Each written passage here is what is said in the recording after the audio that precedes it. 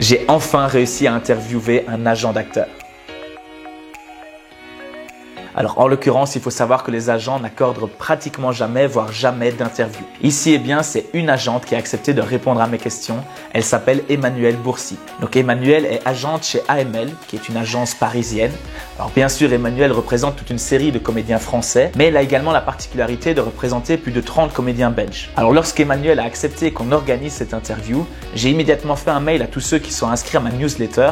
Pour rappel, si ce n'est pas encore votre cas, le lien est dans la description, c'est évidemment gratuit. Et j'ai donc reçu une avalanche de questions de votre part. Apparemment, vous aviez beaucoup de questions pour les agents. J'ai donc regroupé ça en deux grandes catégories. La première partie de cette vidéo, ce seront toutes les questions liées à c'est quoi un agent. La deuxième partie de la vidéo, ce seront toutes les questions liées à comment avoir un agent. Donc vous l'aurez compris, selon moi, c'est une vidéo qui a énormément de valeur. Je vous invite à découvrir l'interview d'Emmanuelle Bourcy, agent chez AML. Quel est selon toi le rôle? C'est quoi un agent? À quoi ça sert un acteur? Alors, en fait, un agent, c'est celui qui va déjà dénicher la personne, qui, selon lui, peut vraiment avoir des propositions de casting. Un agent, ça sert déjà à proposer, en fait, les comédiens sur les castings, parce que les castings ne sont pas toujours accessibles, malheureusement. Dans un premier temps, vraiment, l'agent accompagne. C'est-à-dire qu'il est là pour aussi s'occuper de la carrière, pour gérer les contrats. Donc voilà, c'est accompagner le comédien, gérer sa carrière, gérer les contrats. Et puis aussi, si c'est possible, lui proposer des rôles avec des castings. Une autre question toujours un peu liée, il y en a qui se demandaient, est-ce que tu vas forcément intervenir que pour les films, on va dire les rôles traditionnels, ou est-ce que aussi tu peux intervenir par exemple pour le théâtre, pour la publicité Alors, pour le théâtre, oui. Là par exemple, je suis en train de travailler sur un projet de théâtre assez ambitieux pour un de mes comédiens. Effectivement, j'ai le directeur du théâtre, le metteur en scène qui m'ont appelé parce qu'on doit gérer les agendas. Et ça fait aussi partie de mon travail. C'est vrai que le théâtre, c'est vraiment... c'est pas très fréquent. Après, il faut savoir une chose, c'est que il y a souvent pas beaucoup de commissions prévues pour les agents. Donc c'est vrai que ou on le fait comme ça, gentiment, ou on le fait pas parce que voilà, notre travail n'est pas rémunéré. Après, pour la publicité, moi je travaille effectivement avec une agence de mannequin, donc une agence qui s'occupe des castings publicités pour les comédiens, et je suis consultée que pour les gros projets, voilà, où il y a des très gros budgets pour des grosses marques. Là, je m'occupe effectivement du côté casting, organisation. Est-ce qu'au niveau de l'agenda, c'est possible? Est-ce que ça te sert au niveau de ton image? Est-ce que la marque ne va pas te desservir? Est-ce que le spot est beau, la mise en scène, le stylisme? Et voilà, et je valide. Et après, effectivement, je fais passer le contrat en agence de mannequin qui va gérer le contrat. Mais je le fais que pour les très gros projets. Il y en a qui se demandaient si un agent était tenu à un certain résultat par rapport à l'acteur, c'est-à-dire, je ne sais pas, lui garantir un minimum de casting à l'année. Est-ce qu'il y a une sorte d'engagement comme ça réciproque ou finalement il n'y a rien de formel? Il n'y a aucun engagement possible parce que ça veut dire qu'on l'irait dans l'avenir. Donc, c'est-à-dire que moi, quand je prends un acteur, si je savais à ce moment-là que j'allais lui faire 10 castings par an ou 3, eh ben, ça changerait beaucoup de choses en fait. Il y en a plein de gens que je ne prendrais pas, c'est sûr. Et il n'y a aucun engagement, c'est-à-dire que moi, mon intérêt, c'est que le comédien travaille, parce que s'il travaille, je travaille. S'il ne travaille pas, je ne travaille pas. Donc évidemment, ma motivation, elle va être assez importante. Donc je vais faire en sorte de le proposer un maximum. Mais si en face, les directeurs de casting n'ont pas envie de rencontrer cette personne à l'essai, je ne peux rien faire. C'est la phrase que je dis toujours. Moi, je propose et eux disposent en fait. Donc je ne peux pas répondre à un engagement. Et des fois, moi, j'ai des comédiens qui me disent oui, est-ce que tu penses que j'aurai beaucoup de casting? Est-ce que je vais tourner cet été? Alors moi, je leur dis alors surtout, déjà, on est mal barré là, si tu commences comme ça. Voilà, on peut pas. Enfin, c'est des métiers où de toute façon, on ne peut pas avoir de visibilité sur l'avenir. Et si on veut en avoir, il faut changer de métier. En fait, je pense qu'on ne peut pas du tout donc, savoir si ça va marcher ou pas. Moi, j'ai aucune solution quand on me pose cette question. Je suis là, je ne sais pas, écoute, on verra. L'avenir nous le dira, j'espère. C'est l'intérêt de la collaboration. C'est vrai. Donc, on est engagé à rien du tout. C'était justement une des questions qui revenait. Une personne disait comment changer d'agent sans blesser l'ancien. Il y a ce truc de on a construit un peu une relation. Comment ça se passe finalement? En fait, je pense que moi, j'ai deux catégories de comédiens. J'ai ceux qui partent pour des bonnes raisons et il n'y a aucune blessure parce que c'est légitime, c'est pertinent et on agit de manière intelligente et on est ravi que l'autre décide de partir parce que voilà, ça marche pas. C'est comme un couple, à un moment donné, ça marche pas, ça sert à rien de continuer. À un moment donné, on regarde dans la même direction, puis après on regarde plus dans la même direction. C'est la vie, il faut être plutôt philosophe, je pense. Après, c'est compliqué de ne pas blesser un agent si cet agent est utile dans la collaboration et a construit des choses et qu'on part par coquetterie, par... À mon avis, c'était ça le sens de la question. C'est une personne qui a une opportunité et qui se dit bon... peut-être rentrer dans une plus grosse agence. C'est compliqué de faire des généralités parce que là, ça va dépendre du contexte, ça va dépendre de la relation, ça va dépendre aussi du travail qui a été fait de l'agent. Donc, s'il y a eu un travail, s'il y a eu quelque chose qui a été déjà construit, il faut qu'il y ait des bonnes raisons, je pense. C'est comme dans tout. Il y a une question qui est revenue souvent et finalement, je trouvais ça assez pertinent. On se dit toujours on doit avoir un agent. Pourquoi on ne pourrait pas en avoir plusieurs? Légalement, on n'a pas le droit. C'est-à-dire que, en tout cas, nous, en France, les agences artistiques, on peut avoir qu'un agent artistique. Et par contre, les agences de mannequins, qui sont les agences qui proposent des castings pour la publicité, on peut en avoir 2, 3, 4. Ça, par contre, légalement, on peut en avoir. Et un agent artistique, c'est pas possible. Et heureusement. C'est carrément légal. Ok, ouais. Heureusement, parce que si un comédien en France ou en Belgique, je dirais, a 2 agents artistiques, ça veut dire qu'ils peuvent avoir le casting en même temps. On peut recevoir l'appel dans la seconde même et on prend qui? Enfin, ça n'a aucun intérêt, je pense. Au niveau des tarifs, on entend toujours les 10%. Ouais. Finalement, c'est 10% de quoi? Et est-ce qu'il y a d'autres frais à compter pour un agent? Alors c'est très simple. En fait, les 10%, c'est c'est le producteur qui doit nous rémunérer, nous les agents, et en fait qui base sa rémunération de l'agent sur un calcul très simple. C'est-à-dire que c'est 10% de la journée de tournage du comédien engagé. Et donc, il va le rémunérer selon ce salaire-là. Donc, en fait, le comédien en France, qu'il ait un agent ou pas, son salaire ne bouge jamais. C'est-à-dire que l'agent ne va pas prendre 10% du tarif. Ouais. C'est juste une base de rémunération pour le producteur. Ouais. Voilà. Deuxième grande catégorie de questions à laquelle on va rentrer. Donc, au début, c'était c'est quoi un agent? Maintenant, tu te doutes, ça va être comment avoir un agent. Ouais. Première question qui est venue, c'est est-ce qu'il y a besoin d'avoir un niveau d'expérience minimum pour pouvoir envisager d'avoir un agent? Ou autrement dit, à quel moment est-ce qu'on peut se dire ça y est, je peux avoir un agent?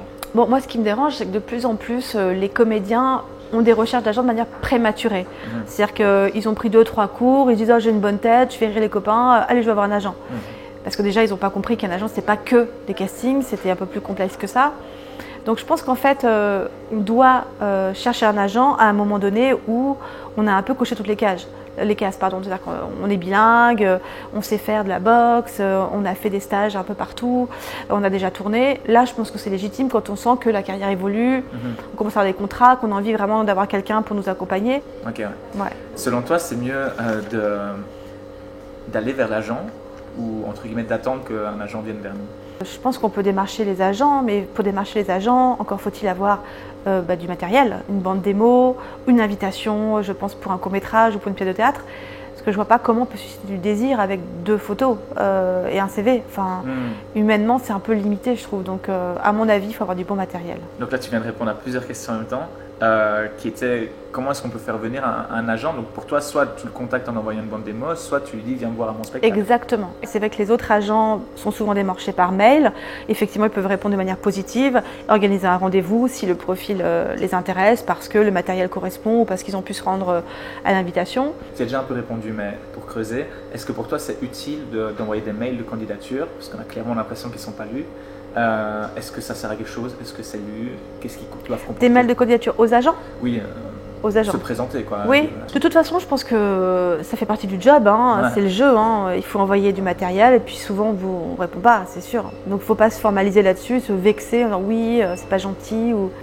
Non, on vous répond, tant mieux, on ne vous répond pas, c'est pas grave, il faut continuer. Ils sont quand même lus, ou... Ça va dépendre, ça va dépendre du temps, du moment où ça arrive, de l'envie, de la façon. Donc, comme on ne sait pas, je pense qu'il faut essayer. Ouais. Au pire, vous aurez perdu du temps. C'est tout. Non, carrément. Et donc pour toi, ce serait quoi une bonne approche? Quelle serait la bonne façon d'approcher ou d'approcher un agent à travers un mail par exemple? Moi je trouve que c'est quand même plus intéressant de se sentir un petit peu valorisé dans le sens où on n'est pas le 60e agent de la journée qui est contacté. Ça fait un peu bouche-trou sinon quoi. Ouais. Par exemple, moi je vois des comédiens qui se trompent et qui mettent en copie visible tous les autres mails des agents. C'est pas mal, hein. J'ai envie de leur répondre, je leur réponds pas, mais écoute, à mon avis tu n'auras pas de réponse et pose-toi la question. Non, moi je pense qu'en fait, en tout cas je pense que l'idéal c'est d'avoir une invitation. Alors le truc pour un spectacle ou un film. Ouais, après ce qui est vraiment très très bien, c'est de dire voilà, moi je viens d'avoir un contrat, j'ai besoin d'un agent qui va signer ce contrat, est-ce que vous voulez être la personne qui s'en occupe? C'est rassurant pour l'agent parce que tout de suite il y a du concret. Ouais. Et puis voilà, on commence la collaboration avec vraiment un truc établi. C'est vrai que ça peut être rassurant. À l'inverse, ce serait quoi une mauvaise façon d'approcher? Les erreurs vraiment à éviter? Par exemple, moi je sais que je suis assez harcelée sur Instagram. Donc en fait, je trouve ça bizarre. Après, je peux comprendre. Aujourd'hui, Instagram, c'est un moyen de communication vachement important. Mais moi, j'ai du mal avec le fait qu'on me fasse défiler CV, photos sur Instagram. Salut Emmanuel, tu veux pas être mon agent, je te kiffe grave. Je suis là, ouf, on est sur Instagram. Moi, je préfère recevoir un mail avec un truc classique, avec bande démo, tout ça.